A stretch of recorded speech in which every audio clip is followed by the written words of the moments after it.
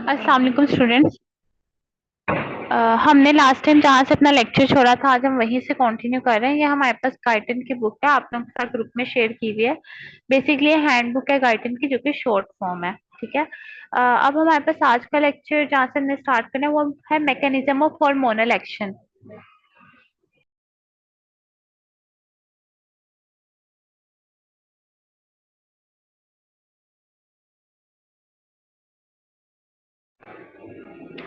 Mechanism of hormonal action में हमारे पास basically उन्होंने ये बताया कि हमारे पास हार्मोन कैसे रिसेप्टर पे जाते हैं और एक्टिवेट कैसे होते हैं। ठीक है। तो हमारे पास डिफरेंट टाइप्स ऑफ रिसेप्टर होते हैं। यहाँ पे इन्होंने लिखा हुआ है कि हमारे पास हार्मोन तब तक काम नहीं करेंगे जब तक वो अपने टारगेट सेल पे और टारगेट सेल के रिसेप्टर पे जाके एक्ट नहीं करेंगे। तो यानी किसी भी आपके पास हार्मोन के एक्शन के लिए ये जरूरी है कि वो टारगेट सेल के रिसेप्टर पे जाके अटैच हो। जैसे हमारे पास कोई भी स्टिमुलाई आती है नर्वस सिस्टम में, वो अपने रिसेप्टर पे जाती है, वो रिसेप्टर आगे सिग्नल कन्वे करता है। इसी तरह हमारे पास हार्मोन के एक्शन के लिए भी जरूरी है कि वो अपने टारगेट सेल के रिसेप्टर पे एक्ट करे। अब हमारे पास रिसेप्टर डिफरेंट तरह के होते हैं। ठीक है।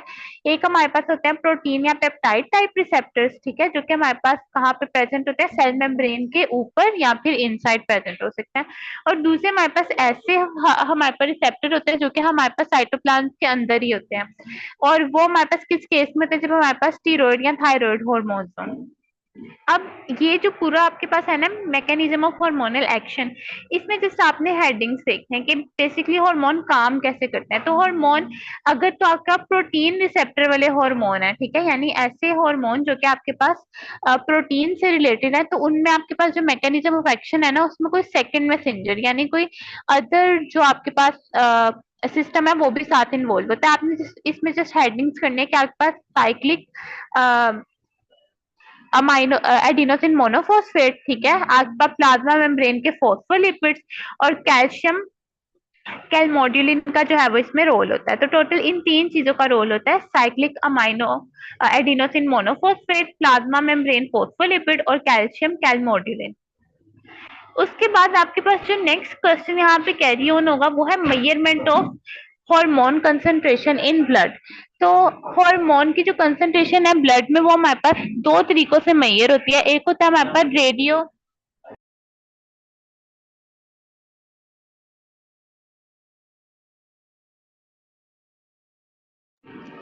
एक होता है हमारे पास रेडियो इम्यूनो एसे और दूसरा होता है हमारे पास एलाइजा। ठीक है। ये दोनों जो है वो मिलके हमारे पास यूज होते हैं हार्मोन की कंसंट्रेशन ब्लड में चेक करने के लिए।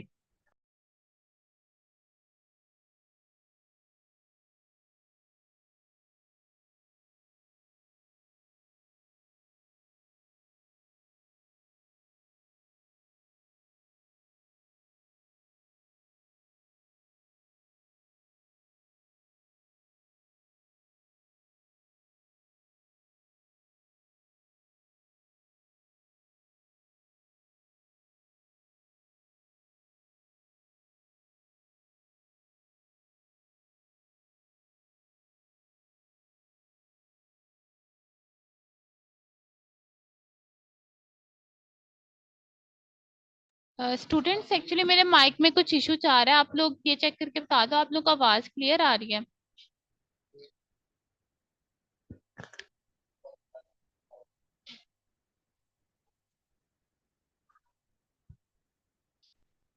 ओके सो हमारे पास में आप लोगों को बेसिकली बता रही थी कि अगर आपने ये चेक करना है कि कोई हार्मोन का लेवल आप में ब्लड आपके ब्लड में कम तो नहीं या ज्यादा तो नहीं, तो उसके हमारे पास दो टेस्ट होते हैं। एक होता है रेडियो इम्यूनो एसे और दूसरा होता है आपका एलाइजा टेस्ट। ठीक है। इनसे आप चेक करते हैं कि हमारे ब्लड में हार्मोन का लेवल नॉर्मल है या एबनॉर्मल है। यहाँ तक हो गया हमारे पास बेसिक इंट्रोडक्शन। लास्ट लेक्चर में भी हमने बेसिक डेफिनेशंस देखी थी। हमने देखा था कि हमारे पास टाइप्स ऑफ हार्मोन क्या होते हैं, हार्मोन्स का रोल क्या है, ये मेजर चीजें हमने जो है वो इंट्रोडक्शन के रिगार्डिंग पढ़ ली थी। अब हमारे पास जो हमने आज टॉपिक स्टार्ट करना है वो बेसिकली हमारे पास है pituitary hormones and their control by hypothalamus. जो पिट्यूटरी हार्मोन है ना वो अकेला काम नहीं करता, उसको पहले पीछे से हाइपोथैलेमस से सिग्नल आते हैं और फिर फर्दर वो अपना प्रोसेस कैरी ऑन करता है। यानी हाइपोथैलेमस पहले पिट्यूटरी को स्टिमुलेट करेगा और फिर पिट्यूटरी अपने हार्मोन्स रिलीज करेगा। अब हम इस चैप्टर को स्टार्ट करते हैं। सबसे पहले हमारे पास pituitary gland and their relation to hypothalamus. ये जो बात मैंने आप लोगों को बताई है ना कि हाइपोथैलेमस स्टिमुलेट करता है पिट्यूटरी ग्लैंड को, ये बात इन्होंने यहाँ पे एक्सप्लेन की हुई है। उन्होंने लिखा है था हाइपोथैलेमस एंड पिट्यूटरी ग्लैंड एक दूसरे के साथ क्या है, ना सिर्फ एनाटॉमिकली बट कि आपके फंक्शनली भी एक दूसरे के साथ क्या है, रिलेटेड है। अब इसमें मल्टीपल मतलब ना सिर्फ पिट्यूटरी ग्लैंड बल्कि पिट्यूटरी ग्लैंड आगे फर्दर जो है वो एंडोक्राइन ग्लैंड्स को भी स्टिमुलेट करता है, जैसे आपका थायराइड ग्लैंड, आपका एड्रीनल ग्लैंड और गोनेट्स। अभी हम जब पिट्यूटरी के हॉर्मोन्स को देखेंगे ना, तो हम देखेंगे कि जो पिट्यूटरी हार्मोन है उसके हार्मोन दूसरे ग्लैंड्स को स्टिमुलेट करते हैं ताकि वो अपने हार्मोन्स को रिलीज कर सकें। The pituitary gland is composed of two distinct components। आपका जो पिट्यूटरी ग्लैंड है उसके आगे से दो कंपोनेंट होते हैं, एक होता है आपका इंटीरियर पिट्यूटरी ग्लैंड और एक होता है पोस्टीरियर पिट्यूटरी ग्लैंड। अब यहाँ पे इन्होंने इसका फर्दर नेम लिखा है कि जो एंटीरियर पिट्यूटरी ग्लैंड है उसको हम एडिनो हाइपोफिसिस भी कहते हैं, ठीक है, और जो पोस्टीरियर पिट्यूटरी ग्लैंड है इसको हम न्यूरो हाइपोफिसिस भी कहते हैं। क्यों क्यों इनको ऐसा कहते हैं? क्योंकि इनकी लोकेशन ऐसी है। जो आपका एंटीरियर पिट्यूटरी है वो आपके पास एडिनो हाइपोफिसिस यानी हाइपोथैलेमस के फ्रंट साइड पे जो है वो प्रेजेंट है, और जो आपके पास पोस्टीरियर पिट्यूटरी है वो आपके पास थोड़ा सा डाउनवर्ड साइड को प्रेजेंट है। इनकी एग्जैक्ट लोकेशन बताई हुई है कि जो आपके पास एंटीरियर पिट्यूटरी है वो आपके पास कहाँ पे, upward invagination of oral cavity, यानी जब आप एम्ब्रियोनिक स्टेज पे होते हैं ना, तो आपके ओरल कैविटी का जो ऊपर वाला हिस्सा होता है उसकी इन्वेजिनेशन यानी उसके एक छोटे से पाउच से आपके पास क्या बनता है, एंटीरियर पिट्यूटरी बनता है। और जो पोस्टीरियर पिट्यूटरी ग्लैंड है वो आपके पास थर्ड वेंट्रिकल ऑफ ब्रेन से जो है वो क्रिएट होता है जब वो डाउन ग्रोथ होती है उसकी। ओरल कैविटी के ऊपर की तरफ आप ग्रोथ होगी तो उससे आपके पास कौन सा बनता है, उससे आपका इंटीरियर पिट्यूटरी ग्लैंड बनता है। और जो downward growth of third ventricle है उससे आपके पास जो है वो पोस्टीरियर पिट्यूटरी बनता है। तो ये एम्ब्रियोनिक स्टेज का बताया हुआ है कि एम्ब्रियोनिक स्टेज पे इनकी फॉर्मेशन कैसे होती है।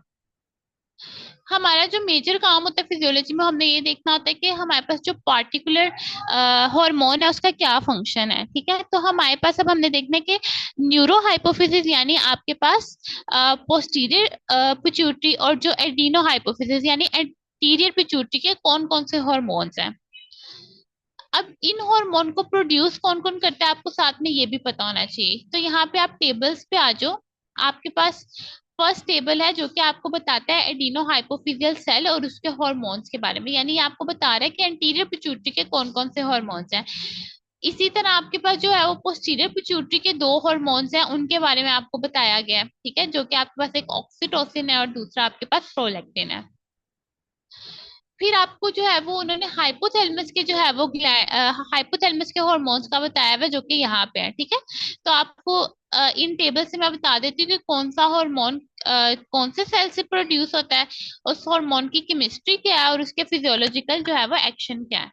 सबसे पहला हार्मोन यानी एंटीरियर पिट्यूटरी का पहला हार्मोन है हमारे पास एड्रीनोकोर्टिकोट्रोपिक हार्मोन, ठीक है। और इसको रिलीज कौन से सेल करता है या इनकी प्रोडक्शन कौन से सेल की रिस्पॉन्सिबिलिटी है, कोर्टिकोट्रोप्स की, ठीक है। कोर्टिकोट्रोप्स की रिस्पॉन्सिबिलिटी है कि वह एड्रीनोकोर्टिकोट्रोपिक हार्मोन को रिलीज करें।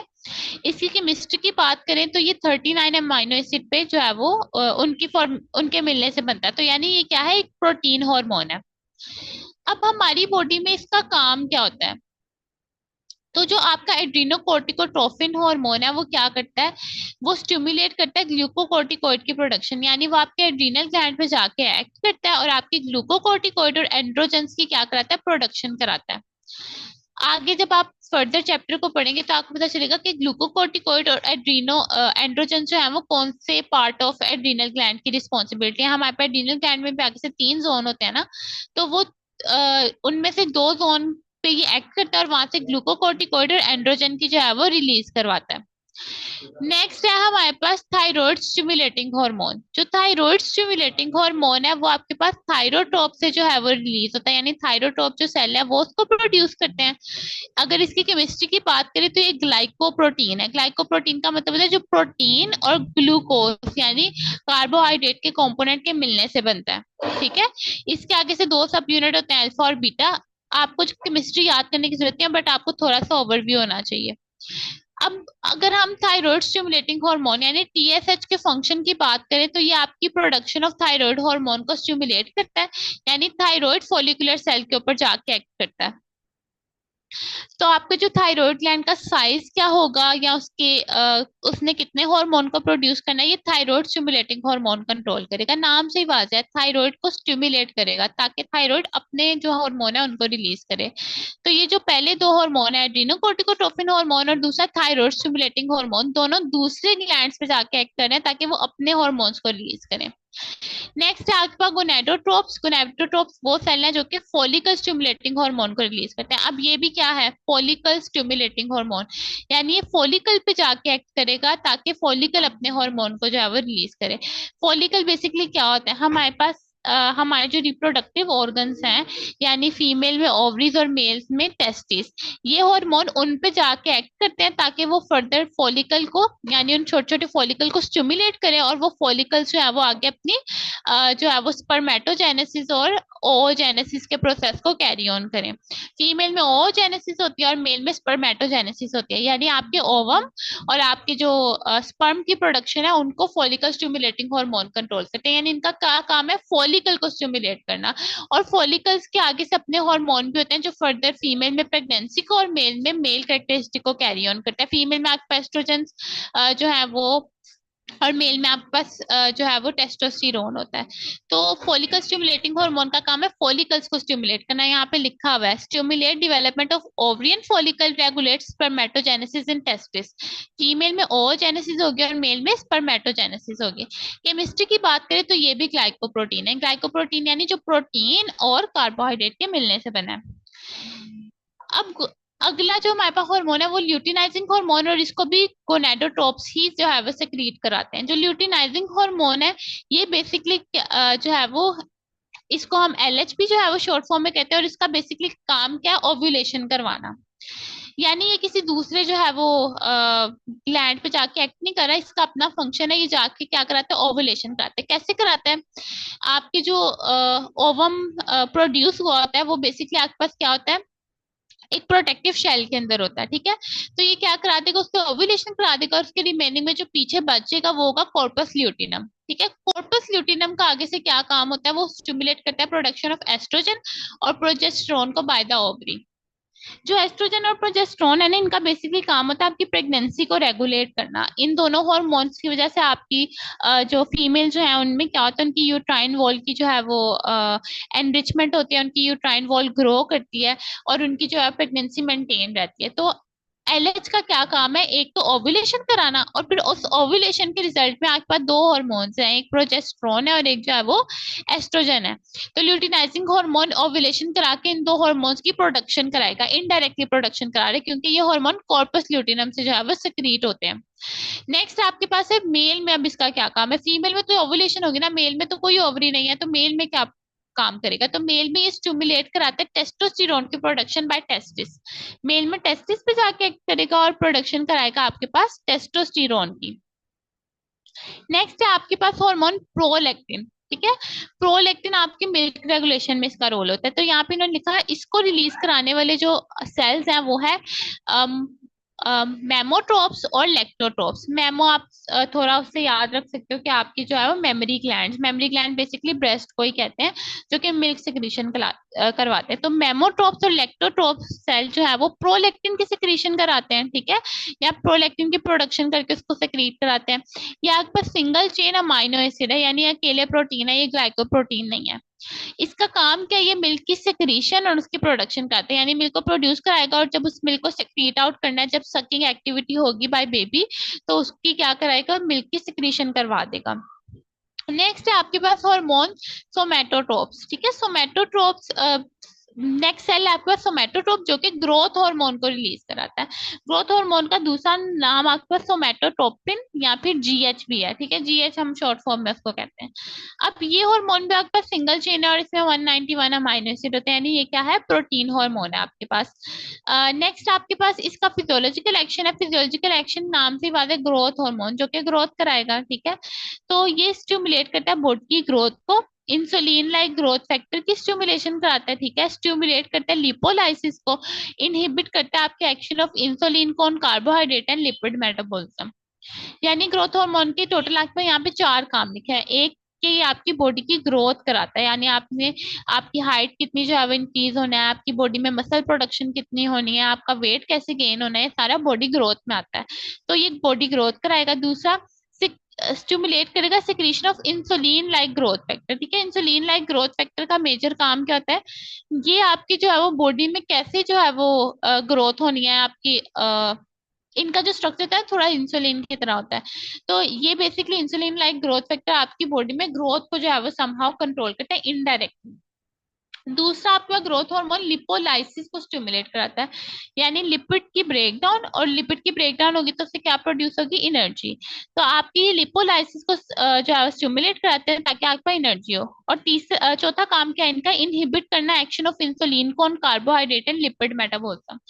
इंसुलिन के एक्शन को जो है वो क्या करेगा, ये रोकेगा। इंसुलिन का काम क्या होता है, आपकी जब ब्लड में ग्लूकोज का लेवल ज्यादा हो तो उसको वो कम करता है, सप्रेस करता है। तो हमें जर्नल ये कंसेप्ट ध्यान में रखने की जरूरत है कि ग्लूकोज होगा तो आपकी बॉडी का जो है वो ग्रोथ होगा, यानी ब्लड में सफिशिएंट लेवल ऑफ ग्लूकोज का होना भी जरूरी है। तो ग्रोथ हार्मोन क्या करता है, ग्रोथ हार्मोन आपकी इंसुलिन के काउंटर एक्ट करता है ताकि आपके ब्लड में ग्लूकोज का लेवल प्रेजेंट रहे, और जिसकी वजह से आपकी जो है वो बॉडी में ग्रोथ हो। ठीक है, हमें किसी भी काम के लिए, अपने सेल के एक्शन के लिए ग्लूकोज की जरूरत होती है, तो इंसुलिन उसको क्या करता है, उसको सप्रेस कर रहा होता है। तो आपका जो ग्रोथ हार्मोन है वो इंसुलिन के अगेंस्ट काम करता है ताकि आपकी बॉडी में ग्लूकोज रहे, आपके ब्लड में ग्लूकोज रहे और आपकी ग्रोथ होती है। ये आपके पास सारे क्या थे, एंटीरियर पिट्यूटरी के हार्मोन थे, उनका फिजियोलॉजिकल एक्शन था जो कि आपने याद करना है। उनके कौन से सेल, पार्टिकुलर सेल उनको सिक्रीट करते हैं, ये सारा आपको पता होना चाहिए। यहाँ तक अगर आप लोग कोई भी कंफ्यूजन है तो मुझसे पूछ लो, वरना फिर हम हाइपोथैलेमस के हार्मोन्स की तरफ जाते हैं।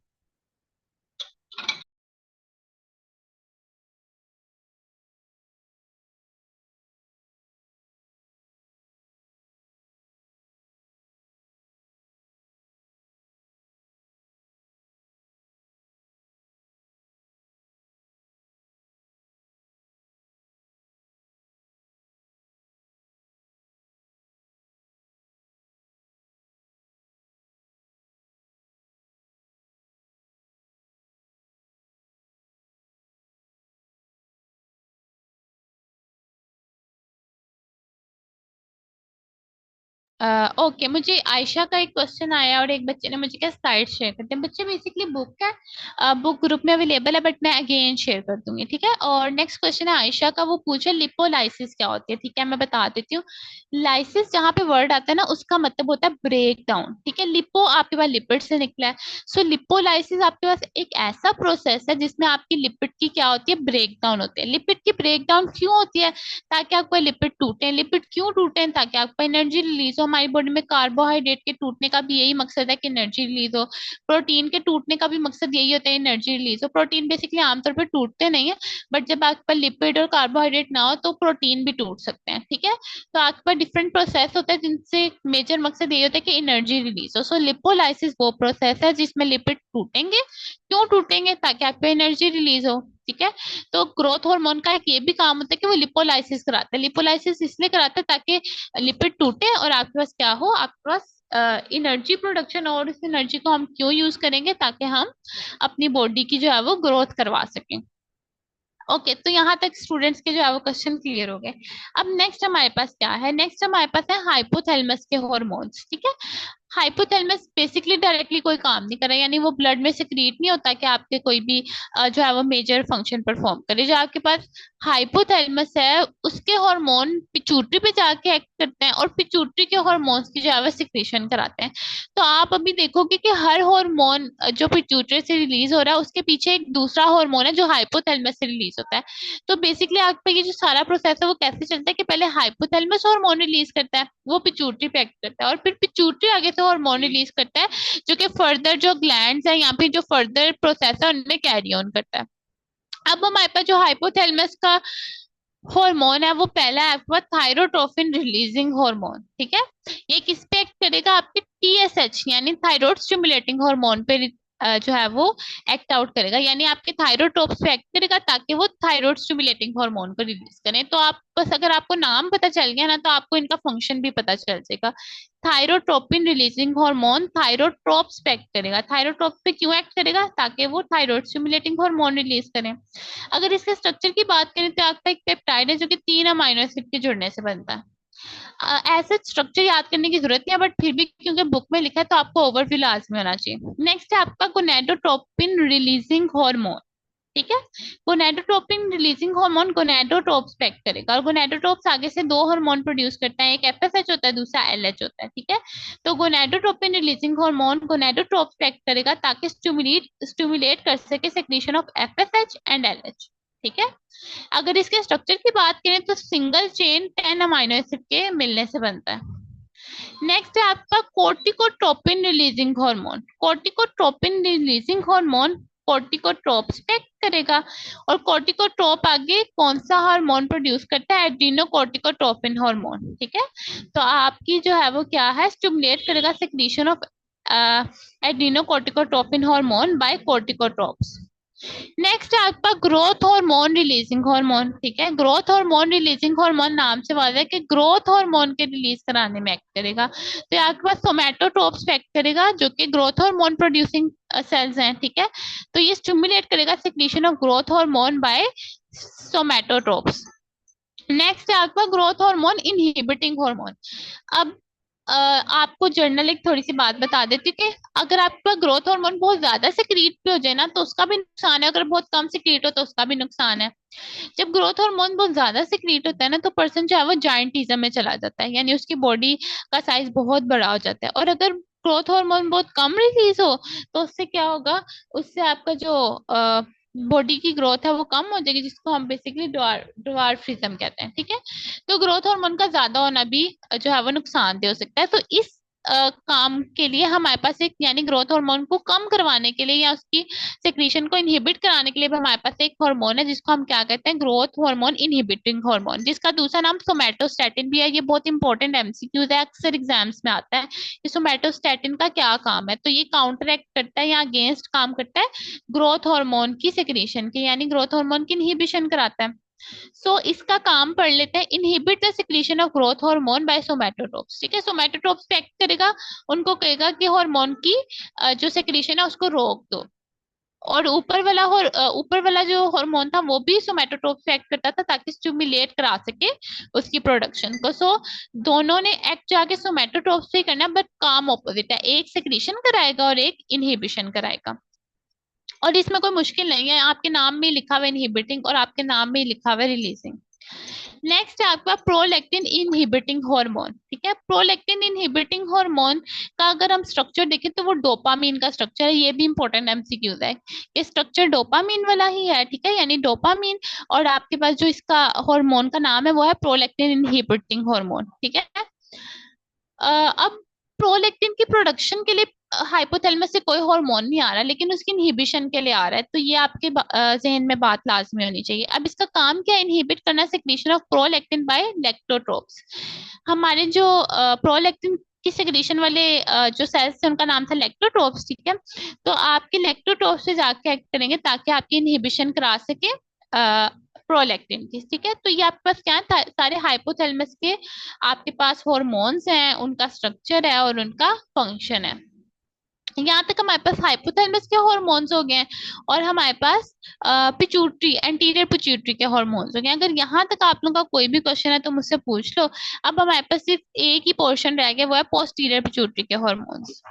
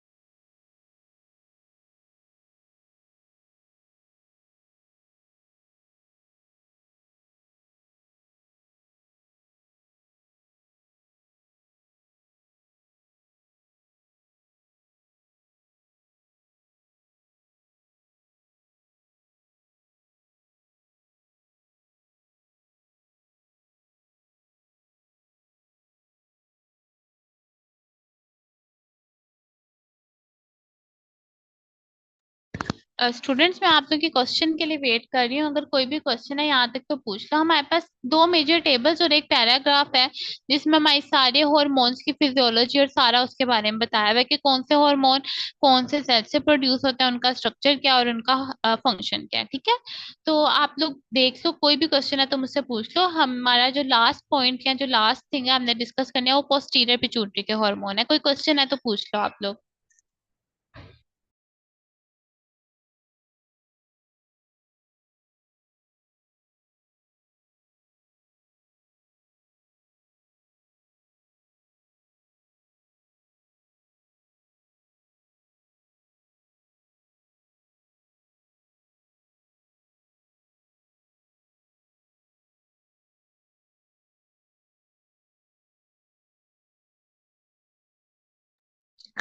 ओके, तो कोई क्वेश्चन नहीं आया, यानी आप लोगों को सब क्लियर है।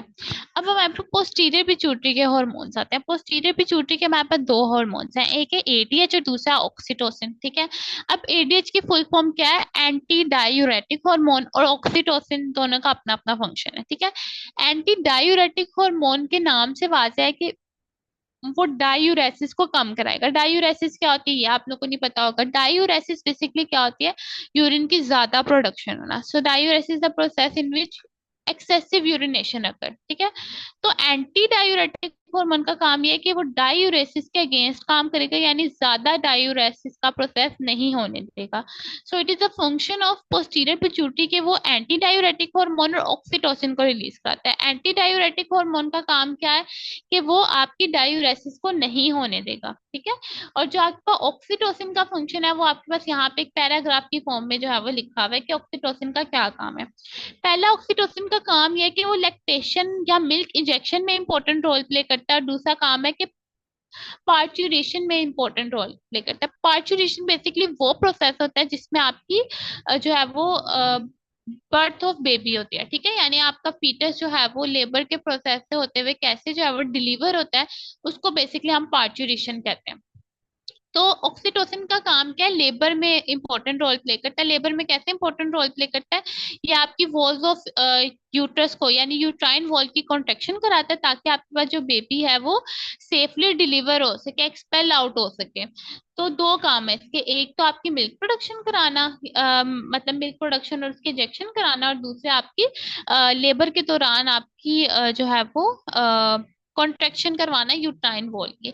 तो आपके पास दो हॉर्मोन्स थे, एक था एडीएच। एडीएच का क्या काम था? आपके डायूरेसिस के प्रोसेस में, यानी एंटी डायूरेटिक, और दूसरा आपके ब्लड प्रेशर मेंटेनेंस। और जो ऑक्सीटोसिन था वो आपके पास एक हार्मोन था जिसका बेसिकली दो काम थे, एक आपकी मिल्क की इंजेक्शन कराना और दूसरा आपकी पार्चुरेशन के प्रोसेस, यानी वो प्रोसेस या लेबर का प्रोसेस जिसमें आपकी जो है वो डिलीवरी होती है बेबी की, उसको कंट्रोल करना। सो आपके पास यहाँ पे सारे आपके जो एंटीरियर एंड पोस्टीरियर पिट्यूटरी यानी पिट्यूटरी के हॉर्मोन्स आपका कवर हो गए। इसमें आपके पास टोटल दो टेबल और एक पैराग्राफ था जो आप लोगों ने करना था, जिसमें आपका सारा जो है वो आपके हॉर्मोन्स की फिजियोलॉजी को जो है वो कंप्लीट कर दिया गया। अगर स्टूडेंट्स कोई क्वेश्चन है तो मुझे बता दें, हम उनको जो है वो डिस्कस कर लेते हैं।